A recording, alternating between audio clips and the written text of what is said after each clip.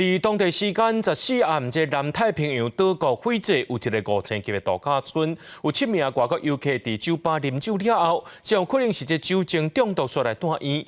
因为无偌久之前呢，有外国游客伫咧寮国食着假酒中毒死亡。斐济检警正重视这个案件，随进行调查。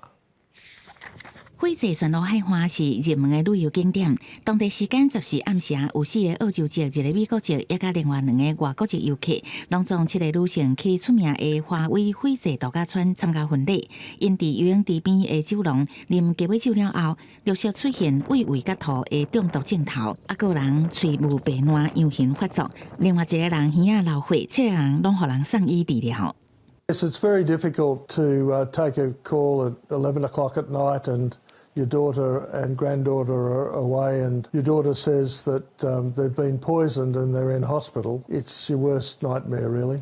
因为21月底有6个外国籍旅客伫东南亚寮国，好亲像啉着假酒中毒死亡，所以澳洲官员建议民众去斐济观光的时阵，要注意啉着假酒中毒的危险性。斐济的卫生官员是讲，因也毋知影破病的原因，即马判断是毋是牵涉到饮料中毒也伤早。